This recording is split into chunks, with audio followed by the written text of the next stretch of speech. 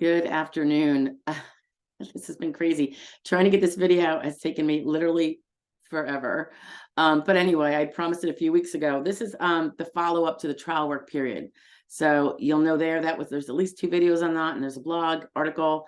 When your trial work period, when those 9 months are done, the 9th month, okay, the very next month is going to be your extended period of eligibility, EPE. And the first 3 years of that is your re-entitlement period.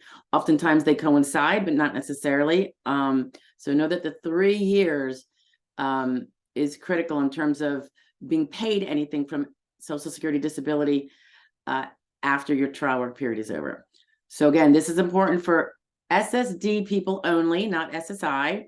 And it is relevant to anyone who is working part-time or full-time or thinking about doing so. And it could be during a pending claim, or it can be during your collection of benefits. So kind of important for a lot of people. Anybody working or thinking about working, got to know this stuff.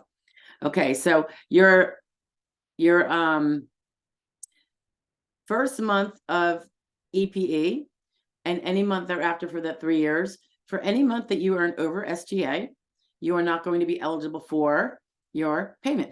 So this is determined, like sometimes it's figured out by the SSA much later, even though you told them you were going back to work. They don't really get to do the numbers, so they see them from perhaps the IRS or the employer reporting. So you need to keep track. If you are making over, you got to know that the money that you got, you're not going to be owed. So I'd put it in a bank account, earn some interest on it, and get ready to ship it back. Otherwise, you're going to have a big overpayment that's going to make your life a hairy nightmare. Okay, so any month you're earning over SGA, you're not going to be eligible for your benefit. If you plan on working, as long as you can part-time, and you're still very impaired and can't work full-time, I highly suggest you consider how much you earn and don't go over the SGA amount at any point. Why lose that? Okay, so then any month you do not earn SGA, you will be eligible for your payment. So of course you have to kind of keep in touch with the SSA and let them know what's going on. It's probably easier to get your benefits kicked on again to get word that you owe back. So the owing back can build up.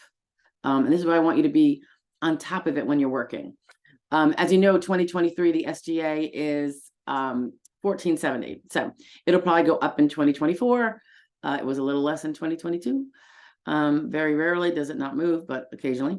Okay, so the EPE, the re-entitlement portion of the EPA goes on for those 3 years. Let's say you're playing around and occasionally you pop over SGA. This happens a lot of times with people that make tips. Sometimes you get a surprising tip on a credit card. Maybe it's a holiday season. And I'll tell you, that's going to screw you. You're going to lose your benefits. So you have to be on top of this. I probably wouldn't even be doing a tip generating job if I was on benefits, unless I'm laying low at like $500 a month. It's really minimal. So that tips are really not going to impact it.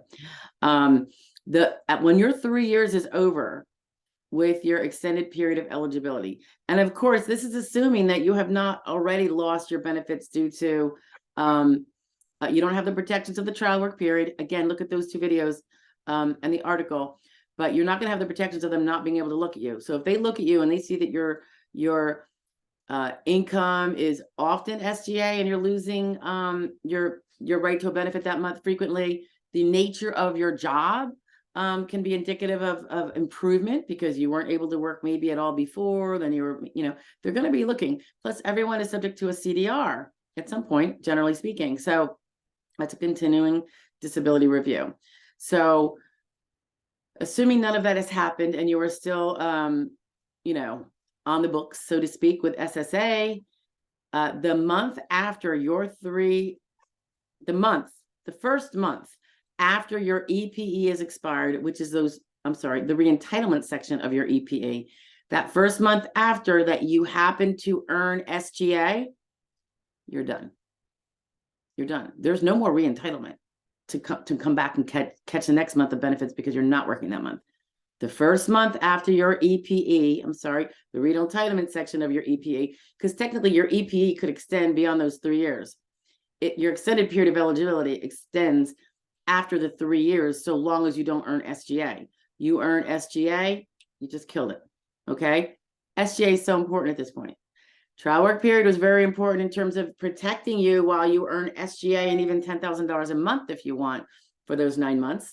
But after that, it's the EPE. So you have got to not get kicked off, you know, if you're still disabled from working full time, just because you aren't paying attention to dollars and go a hair over SGA. Okay, it's going to come bite you after 3 years. And during the 3 years, it's still going to bite you because every time you do it, you got to send that money back. That could be many, many thousands of dollars, right?